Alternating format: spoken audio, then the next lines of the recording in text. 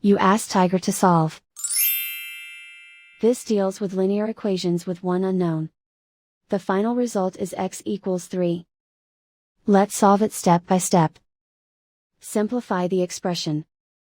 Expand the parentheses. Simplify the arithmetic.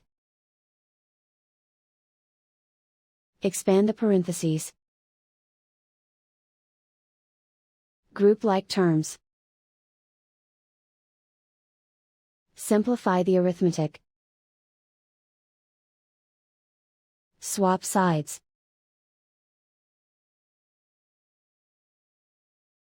Group all constants on the right side of the equation.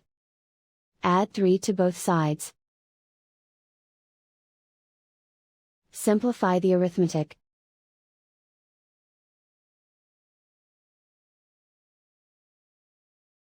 Isolate the x. Divide both sides by 3.